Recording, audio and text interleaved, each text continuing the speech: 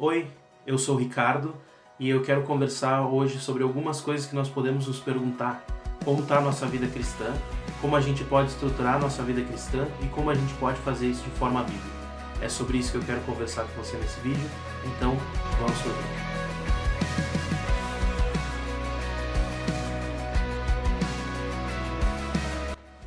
Bom, hoje eu quero conversar com você a respeito de como ter uma estrutura de vida cristã saudável, tá?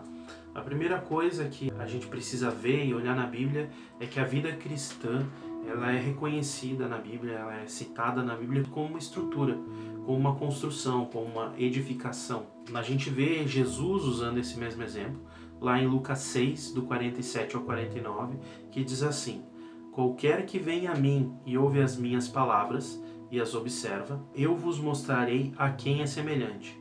É semelhante ao homem que edificou uma casa e cavou e abriu bem fundo e pôs os alicerces sobre a rocha.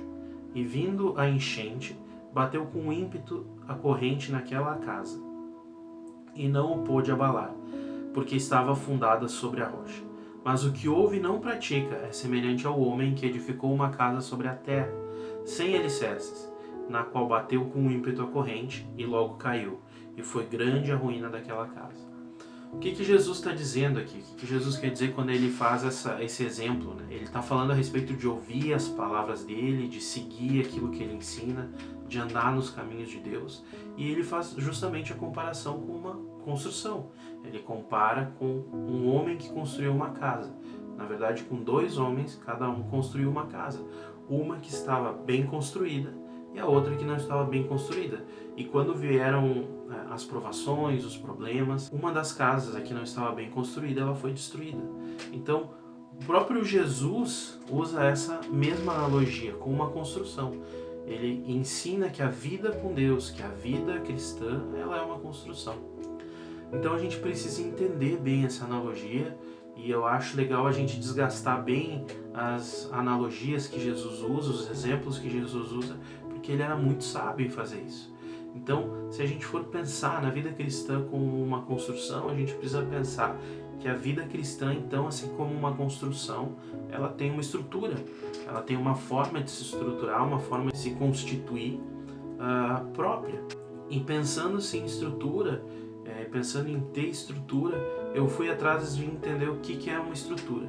Na verdade, a conclusão que eu cheguei é que toda a ciência no mundo, praticamente, usa a palavra estrutura. Eu encontrei definições de estrutura desde a biologia, eu encontrei definições de estrutura da parte da engenharia, de ciências exatas, de ciências mais humanas. A própria psicologia usa também estrutura. Então várias ciências usam essa definição. E aí eu fui procurar uma definição que cobrisse então o que é estrutura e por que estrutura é tão importante para tantas ciências.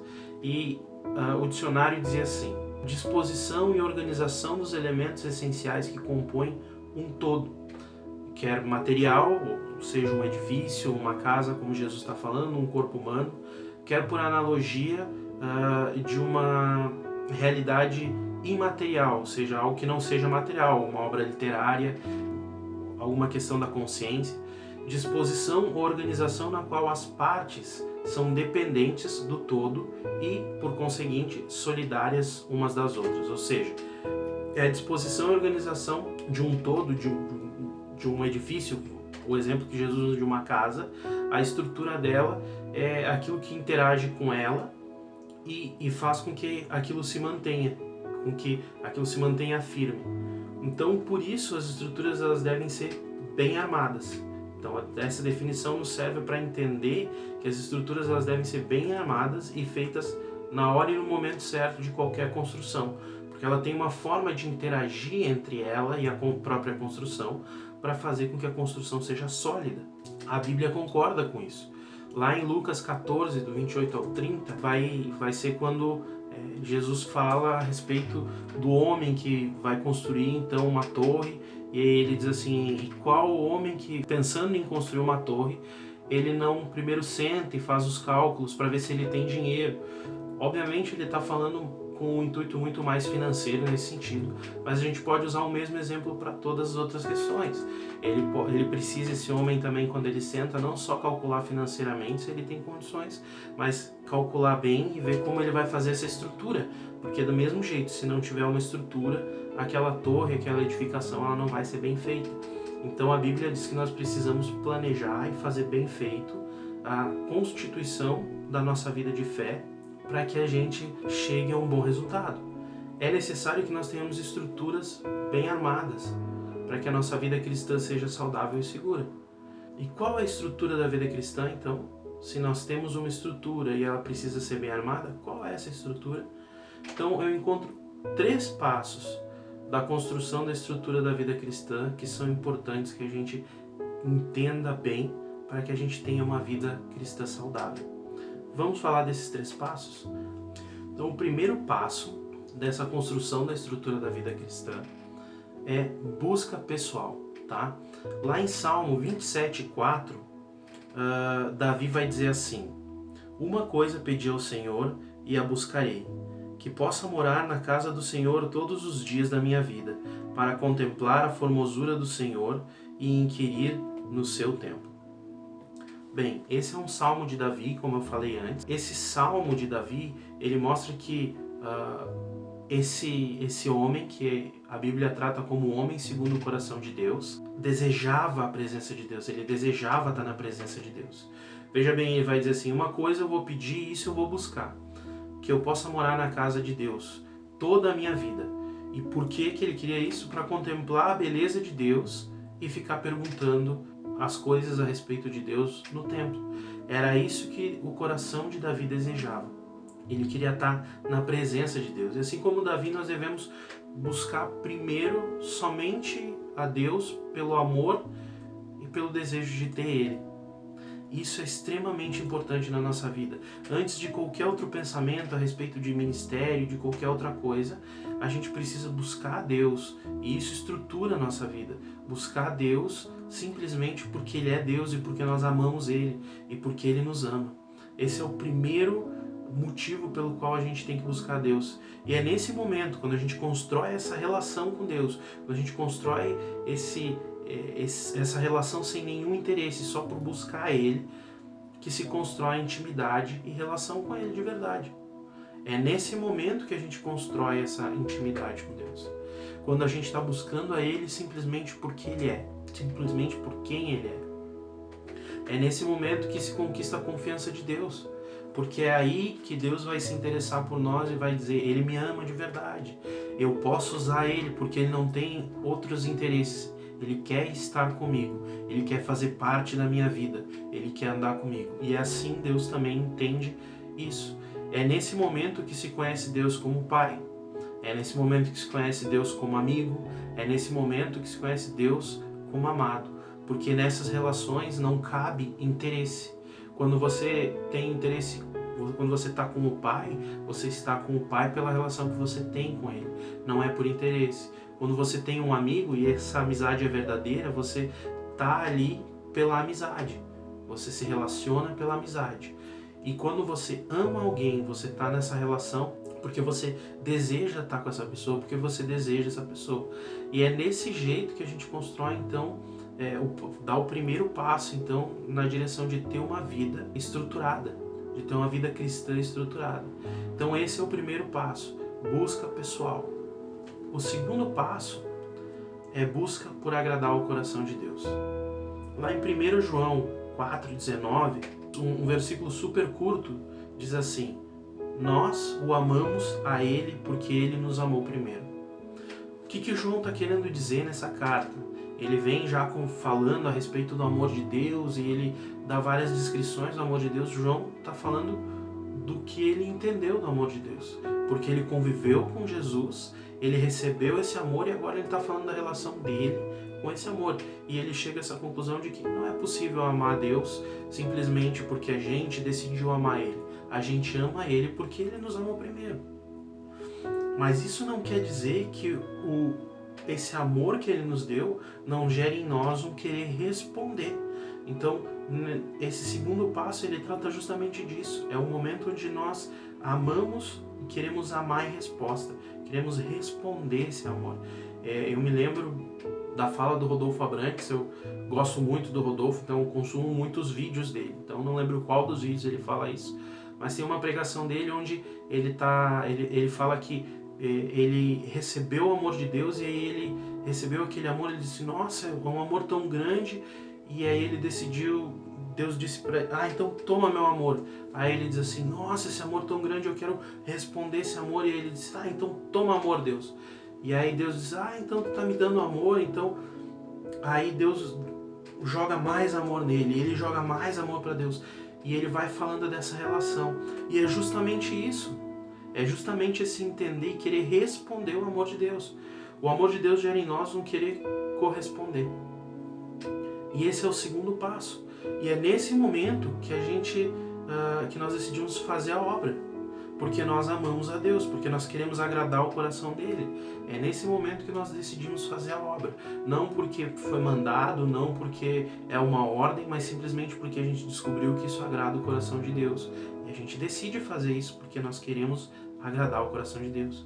É nesse momento que nós recebemos a revelação dos sonhos que ele tem para nós. Porque quando a gente decide dar algo que agrada o coração dele, a gente vai em busca dele para que ele fale para nós aquilo que ele quer.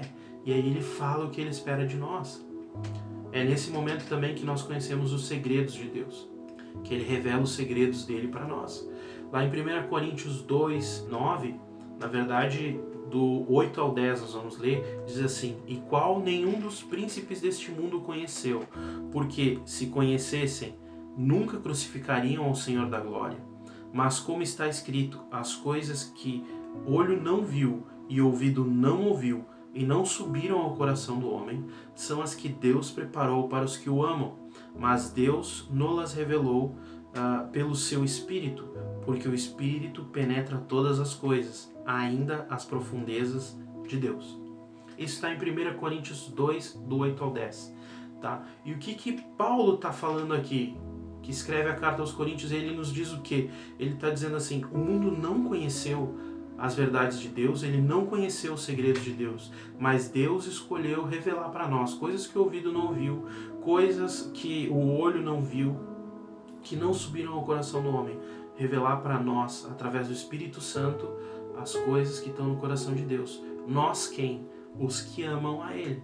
É isso que o texto fala. Então é nesse momento, quando a gente decide corresponder ao amor de Deus, não só receber esse amor maravilhoso, mas corresponder a esse amor maravilhoso. Aí Deus traz as revelações que Ele tem, os segredos do coração dele. E é nesse momento então que nós nos vemos como correspondentes desse Pai. A gente quer agradar o coração do Pai. É quando a gente se vê como correspondendo àquilo que o amigo traz na nossa vida, e é como a gente se vê correspondendo o amor desse amado, desse alguém que amou a gente de maneira tão profunda. Então esse é o segundo ponto, buscar por agradar a Deus. O terceiro ponto é buscar por amor ao próximo. Lá em 1 João 4, 20 a 21, é a sequência do texto de 1 João que a gente leu antes, vai dizer assim, se alguém diz, eu amo a Deus e odeia o seu irmão, é mentiroso. Pois quem não ama o seu irmão, ao qual viu, como pode amar a Deus, a quem não viu? E dele temos este mandamento, que quem ama a Deus, ame também o seu irmão. O que o João está dizendo? Como eu falei antes, o João está contando a experiência que ele teve a respeito da relação de amor. Antes ele disse, nós amamos a Deus porque Ele nos amou primeiro. A gente não teria como ter amado primeiro. E aí ele diz assim, então eu estou fazendo isso, eu estou respondendo esse amor. E de que forma que eu faço isso? Não tem como fazer sem entender que esse amor ele não fica só em nós. Ele precisa ser passado adiante. A gente precisa passar adiante. É isso que o João está falando. E aqui também nesse momento, nesse terceiro passo, é que nós entendemos a revelação de que a gente precisa mostrar esse amor para os outros, que esse amor não é um amor que pode ficar preso em nós, que esse amor não é um amor que a gente pode conter e esconder só para nós. É aí que vem a revelação de que a gente precisa fazer. A gente precisa operar a obra, a gente tem uma missão para fazer. E é nesse momento que nós recebemos então estratégia de Deus, que é aí que Deus vai dizer, faz assim, faz desse outro jeito. É nesse momento que a gente recebe ministério da parte de Deus, porque a gente já entendeu para que serve o ministério. Então, porque a gente tem essa maturidade de entender que esse amor não pode ficar só em nós, aí Deus começa a colocar ministérios, porque o ministério é para edificação da igreja. É nesse momento que Deus derrama o seu poder. Ele diz isso lá em Atos 1:8, ele deixa muito claro isso. Diz, mas receberão poder quando o Espírito Santo descer sobre vós, e serão minhas testemunhas em Jerusalém, em toda a Judéia e Samaria, e até os confins da terra. O que ele está dizendo aqui? Vocês vão receber poder quando o Espírito Santo vier sobre vocês. E isso é para que vocês sejam minhas testemunhas. Aonde vocês estiverem, sejam minhas testemunhas.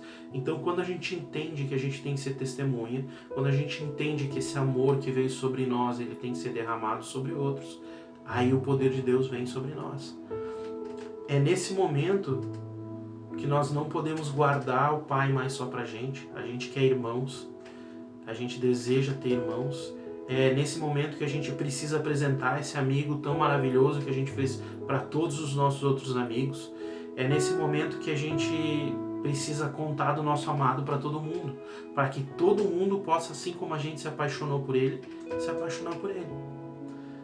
E é importante entender isso, porque se nós não estruturarmos de forma correta a nossa vida cristã, se não tivesse estrutura, e essa estrutura em passos, cada passo ser bem completo, nós vamos ter distorções da vida cristã. Sabe, às vezes a gente vê pessoas que estão há anos dentro da igreja e dizem, eu não sei qual é o meu ministério. Por que eu não recebo revelação da parte de Deus? Eu vejo tantos irmãos compartilhando momentos íntimos com Deus e eu não tenho.